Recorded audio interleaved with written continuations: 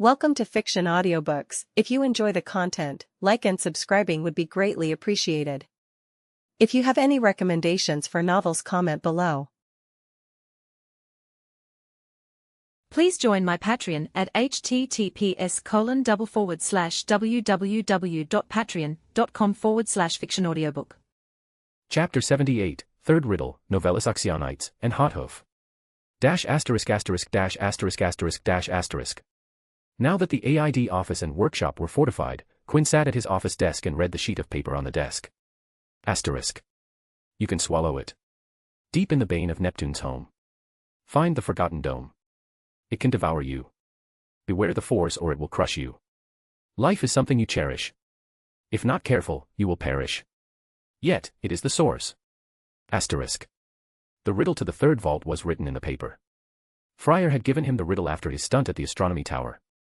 The Hufflepuff ghost had lectured him a lot before handing over the starting clue. And Friar's worries were reflected in the riddle.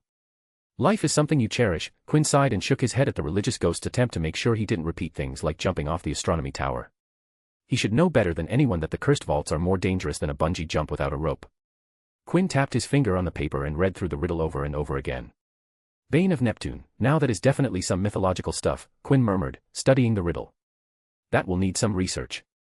He took out a small notepad out of his robes, uncapped his pen, wrote Neptune's bane, circled it a couple of times, made an arrow extending outside, and finished it with the word research. Next, beware of some kind of force. Quinn felt that this was the dangerous part of the third vault because it was followed by, if not careful, I will perish. Now, that just screams danger. Quinn nodded appreciatively and praised Friar. Props to Friar for making it clear. This is what I like. Danger clearly specified. The word force went on the notepad, another set of circles, and an arrow pointing to danger. Quinn frowned and sighed. Life is something you cherish. This is useless. Quinn copied the phrase on the notepad, put a line through it and a small cross next to the sentence. Friar's drabble, wrote Quinn with an arrow coming out of the crossed sentence. Come on, Friar. Show some professionalism, Quinn complained to the ghost who wasn't there. Has he learned anything in his long ghostly life? Well, Myrtle hasn't grown up from her Hogwarts days, so maybe ghosts are incapable of growth. In the end, Quinn reached the three individual phrases of the riddle and felt some connection existed between the separate lines. You can swallow it. It can devour you.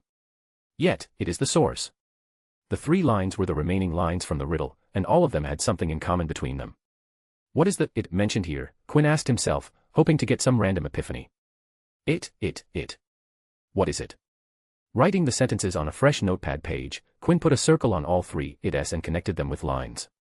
I think I will target this from the bane of Neptune's angle to get the things rolling. Quinn closed his notepad with a snap and put it back into his robes along with his pen. Hogwarts taught the subject history of magic, and such the Hogwarts library was equipped with books about history.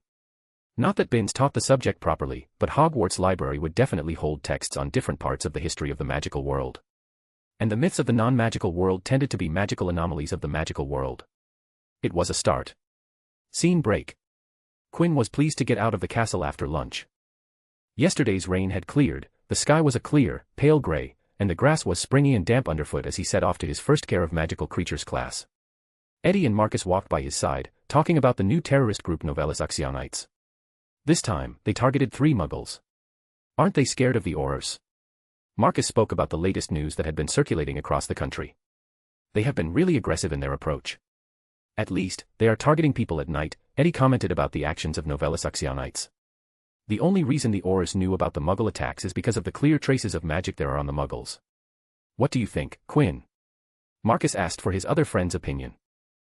If they continue to attack, I think the Aurors will set up a task force against them, affirmed Quinn on the new and upcoming terrorist group.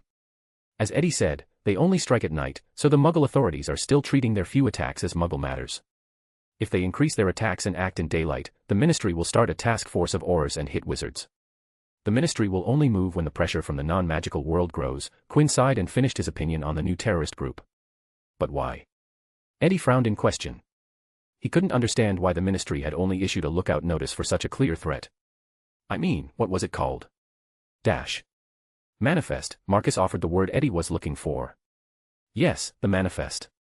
The manifest clearly stated that the Novellus Oxyonites were the supporters of you-know-who. Eddie shuddered in the thought of the Dark Lord. He frowned in disbelief. Why isn't the Ministry being more vigilant against these terrorists?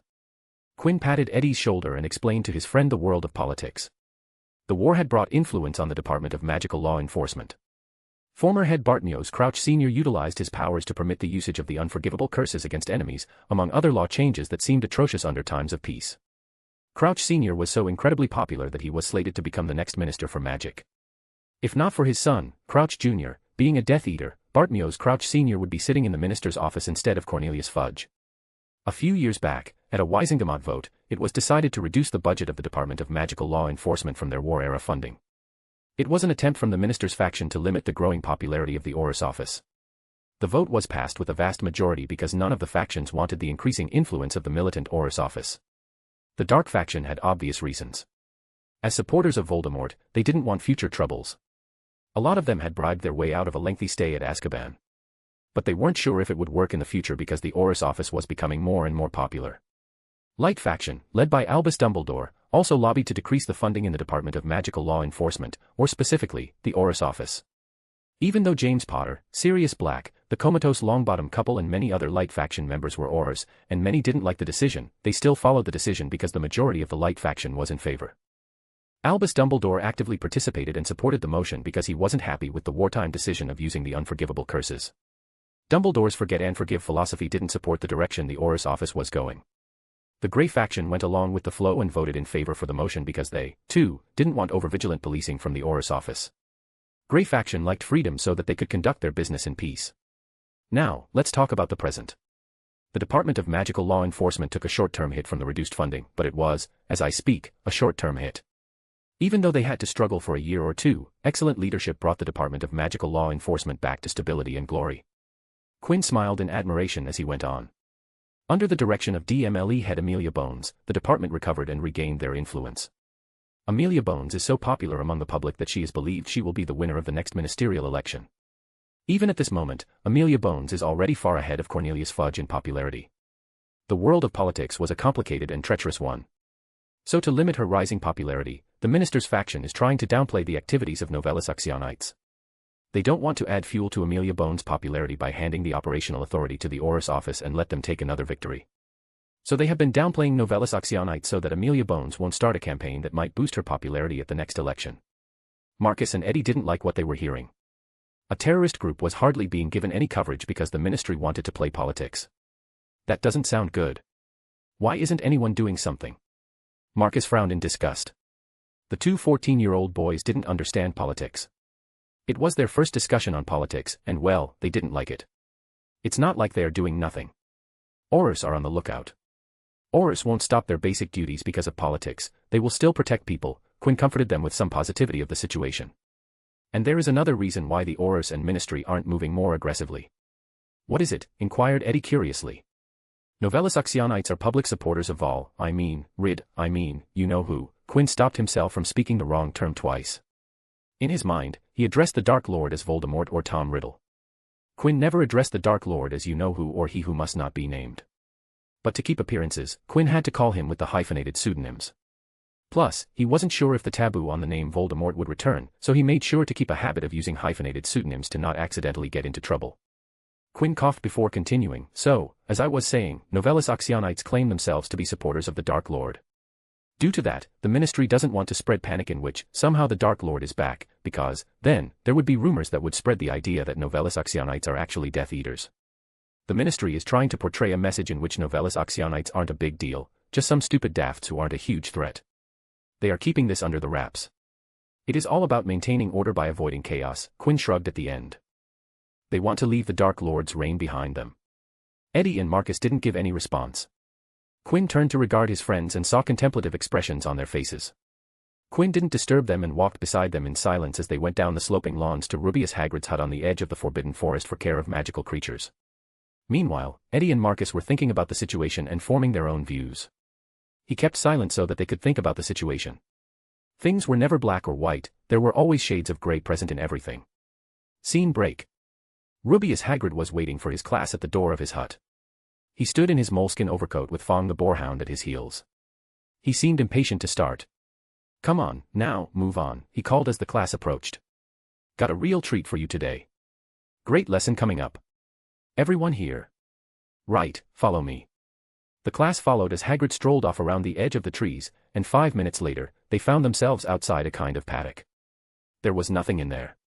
"Everyone gather around the fence here," Hagrid called. "That's it, make sure you can see. Now, the first thing you'll want to do is to open your books." The students were confused as they had no idea how to open the book. The Ravenclaw students frowned darkly, lots of them even looked frustrated as they hadn't got the chance to open their textbooks before the class. Eddie also squinted at his Care of Magical Creatures book before he caught Quinn in his peripheral vision. He snapped towards Quinn and blurted, "How did you open the book?" Quinn, who was in the middle of reading, shook his head slightly, turned to Eddie and said with an accusatory tone, "What is wrong with you? Don't surprise a man when he's reading." Eddie's and Quinn's louder than regular argument brought the attention of the rest of the class to them. Everyone saw that Quinn's Care of Magical Creature book was open. And now, everyone wanted to know how Quinn opened the damned book, which tried to bite anyone who tried to open it. Quinn sighed and looked for Hagrid, but the giant had stepped into the woods and wasn't nearby. "I guess I have to show them," Quinn thought as he raised his hand towards Eddie and made a gesture to make him hand over his book. Eddie handed over his copy of the Monster Book of Monsters, which he had bound shut with a length of rope. After watching that some others also took out their books, some, like Eddie, had used ropes to bound their books shut, others had crammed them inside tight bags or clamped them together with binder clips. "Stroke the spine," Quinn announced to anyone who was paying attention. "Look here, like this." He removed the length of rope from Eddie's book, dodged the book's bite and gently used 3 fingers to gently stroke the spine. The book shivered and then fell open and lay quietly in his hand. "How did you know how to do that?" Marcus asked, as he stroked the spine of his copy and opened the book after it calmed down. Quinn shrugged in reply, "I asked the bookstore manager and he told me." His tone was like he was stating the most obvious thing in the world. And he wasn't lying. Quinn had to buy the Monster Book of Monsters for this year. He hadn't purchased this book for his British book collection. So when he went to the bookstore, Quinn did ask the bookshop manager to demonstrate how to open the biting book. "I'm back. Look who is here to meet you." Trotting towards them were a dozen of the most bizarre creatures Quinn had ever seen. They had the bodies, hind legs, and tails of horses, but the front legs, wings, and heads of what seemed to be giant eagles, with cruel, steel-colored beaks and large, sparkling orange eyes. The sharp talons on their front legs were half a foot long and deadly-looking. Each of the beasts had a thick leather collar around its neck attached to a long chain. Hagrid, who came out jogging, held the chains that were attached to the collars. "Gee up, there," he roared, shaking the chains and urging the creatures to move toward the fence where the class stood. Everyone drew back slightly as Hagrid reached them and tethered the creatures to the fence. "Hippogriffs," shouted Hagrid happily, waving a hand at them. "Beautiful, aren't they?" Quinn tilted his head and tried to see the beauty in the creatures. Once he got over the first shock of seeing something that was half horse, half bird, Quinn observed the hippogriffs' gleaming coats, changing smoothly from feather to hair, each of them of a different color, stormy gray, bronze, pinkish roan, gleaming chestnut, and inky black. "So," said Hagrid, rubbing his hands together and beaming around, "if you want to come a bit nearer dash." No one seemed to want to. But Quinn, with a mischievous grin on his face, grabbed Eddie's and Marcus's robes above their shoulders and dragged them closer to the fence. What are you doing?" Marcus whimpered as he stammered in his words. "Have you gone mad?" Eddie croaked back as he tried to stand his ground, but Quinn was stronger than him. "I still remember how you pushed me forward during last year's dueling club," Quinn cackled as he brought them to the fence. "Come now, don't be scared, but do remember that if the hippogriffs attack, I will use you as meat shields." "Now, the first thing you gotta know about hippogriffs is, they're proud," warned Hagrid. "Easily offended, hippogriffs are. Never insult one because it might be the last thing you do. Always wait for the hippogriff to make the first move. Give the proud bird the initiative," Hagrid continued. "It is polite, see. You walk towards them, then you bow, and finally, you wait. If they bow back, you are allowed to touch them. If they don't bow, then walk away, but keep an eye on their talons. Now, who wants to go first?" Most of the class backed farther away in answer. The hippogriffs were tossing their fierce heads and flexing their mighty wings. They didn't seem to like being tethered like this. "No one," said Hagrid, with a pleading look. "I'll do it," volunteered Quinn, raising his hand high as Eddie and Marcus slowly inched back away. Don't get Quinn wrong, while he volunteered for a one-on-one with a hippogriff, he did feel fear. Quinn guessed he could defend against hippogriffs. No problem on that front, he could instantly injure the half-horse, half-bird, and get away, but that didn't mean that Quinn wasn't afraid. He still feared that he could get injured. But in Quinn's mind, it was a waste of an opportunity to not try out new things. If he avoided risks, then he would miss out on a lot of fun stuff in his life. "Goodman," roared the half-giant, his voice booming with joy. "Right then, let's see you get on Hot Hoof." Quinn jumped over the fence as Hagrid untied one of the chains, pulled the bronze hippogriff away from its fellows, and slipped off its leather collar. The class on the other side of the paddock seemed to be holding its breath. "Easy, now," whispered Hagrid quietly. "You have to make eye contact, but don't blink too much. They don't trust you if you blink too much." Quinn immediately moistened his eyes with magic he learned from Alan when he was learning occlumency. Hothoof turned his great, sharp head and stared at Quinn with one fierce red eye. "That's it," Hagrid guided from the side. "Now, bow, bow." Quinn followed the instructions, even though he wasn't a fan of exposing his nape to the hippogriff. He gave a short bow and then looked up. The hippogriff was still staring haughtily at him. It didn't move. Quinn was about to give the hippogriff the same haughty look, but then the hippogriff suddenly bent its scaly front knees and sank into what was an unmistakable bow. "All right," Quinn beamed as he swiftly walked his way to Hothoof and patted the hippogriff's beak. He patted the beak several times, and the hippogriff closed its eyes lazily, as though it was enjoying it. The class broke into applause. "Who is a good boy?" Quinn cooed as he used his other hand to stroke the feathers, but then he turned his head to Hagrid and asked. "Hothoof is a boy, right?" "Nay, Hothoof is a lady," Hagrid shook his head in correction. "Oh, my," Quinn turned back to the female hippogriff and cooed once more. "Who is a good girl?" "You are, aren't you?" Hothoof titled her neck to better guide Quinn's hands to the spot that felt better.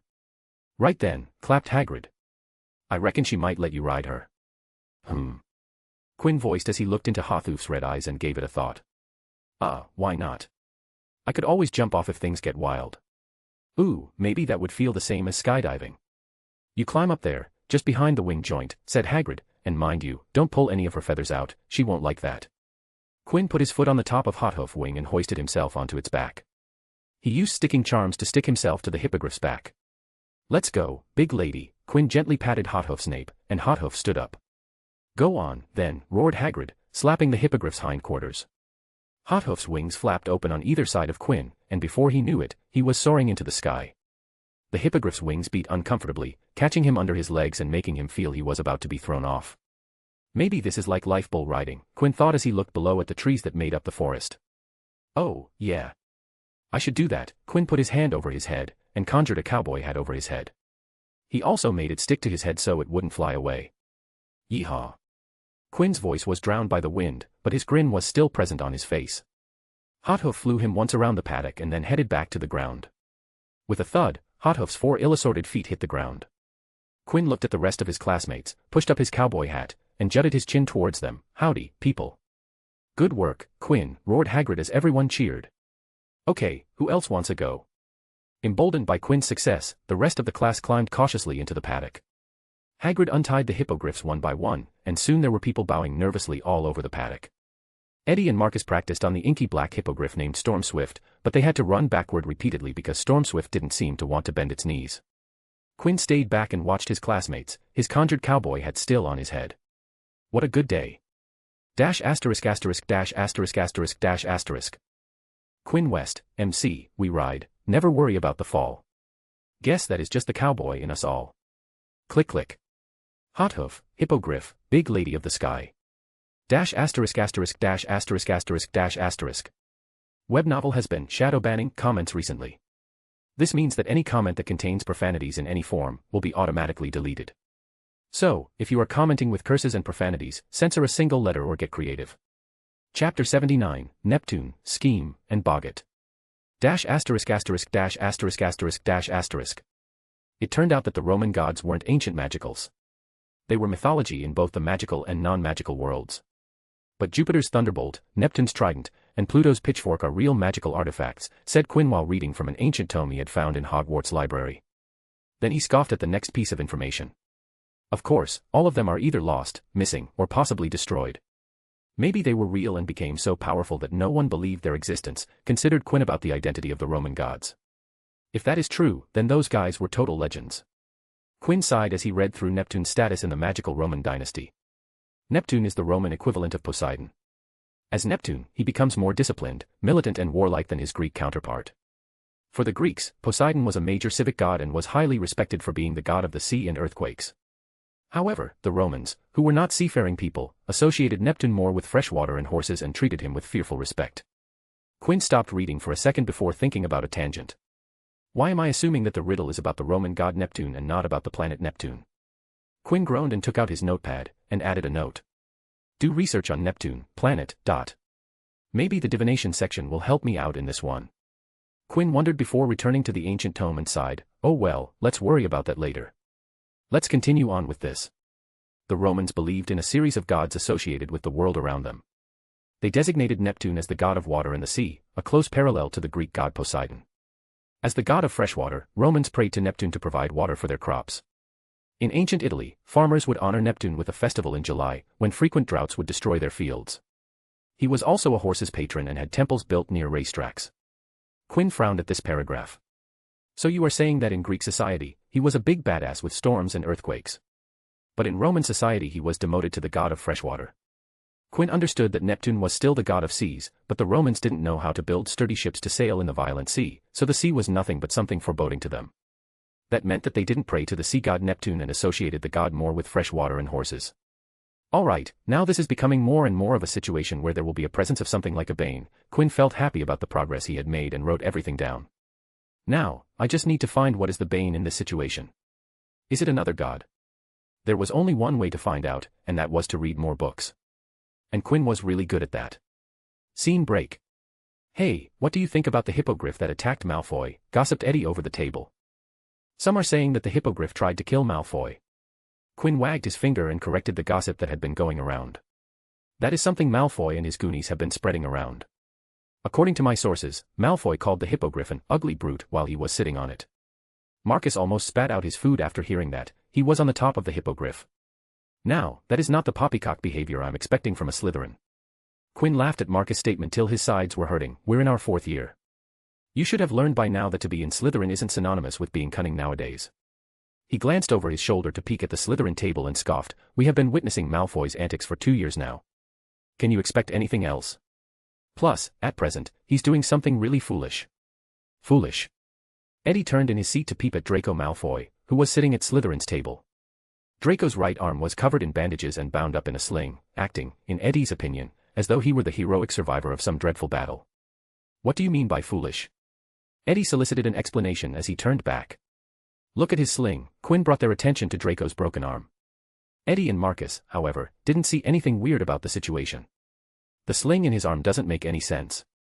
Madame Pomfrey can regrow all bones in an arm in a single day. Quinn pointed his thumb back in the direction of the Slytherin table. Malfoy's arm is just broken. She could fix him up and then announce that Malfoy's fit to continue his life as normal under an hour. That sling in his arm is just a hoax.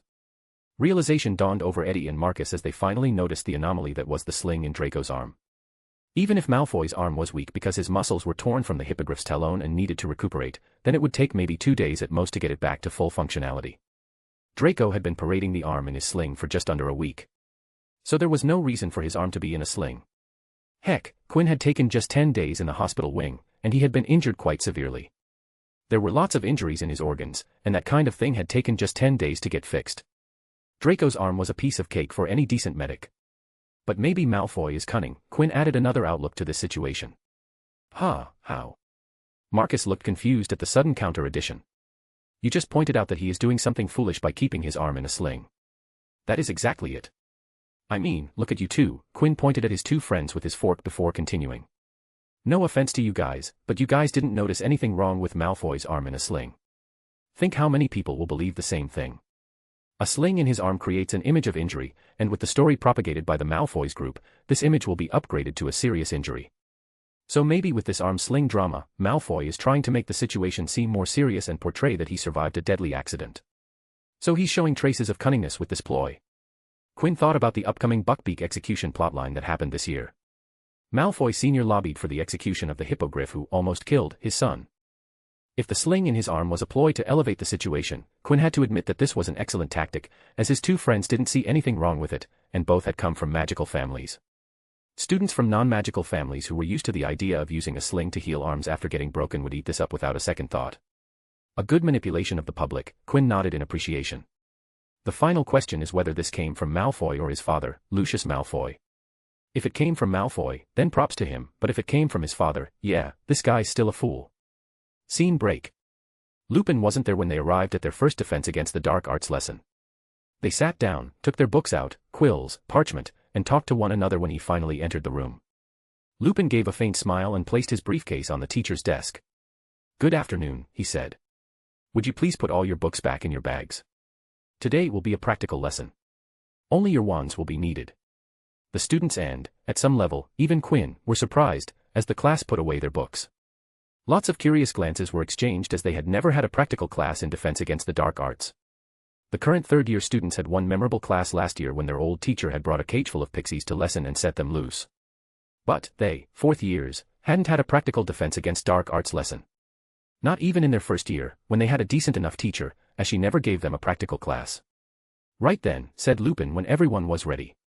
If you'd follow me. Puzzled but interested, the class got to its feet and followed Professor Lupin out of the classroom. He led them along the deserted corridor and around a corner into another classroom. The room was empty, with no chairs or tables.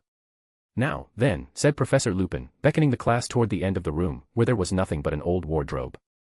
As Professor Lupin went to stand next to it, the wardrobe gave a sudden wobble, banging off the wall. Nothing to worry about, said Professor Lupin calmly because a few people had jumped backward in alarm. There's a boggart in there. Quinn knew this was coming. And Quinn would be lying if he said he wasn't looking forward to this. After getting in touch with his emotions during the summer break, Quinn understood the importance of negative emotions and their place in his magic. He learned to accept that he had emotions that made him vulnerable, emotions like fear which a creature like boggart exploited. With that realization, Quinn felt he needed to really know all his negative emotions, what caused them and, then, accept them rather than outright rejecting them. A boggart would be an excellent way to start on understanding his fears. Most people seemed to feel that the thing inside the wardrobe was something to worry about. Marcus at Quinn's side was eyeing the rattling doorknob apprehensively. Boggarts like dark, enclosed spaces, informed Professor Lupin. Wardrobes, the gap beneath beds, the cupboards under sinks. I once met one that had lodged itself in an old man's clock.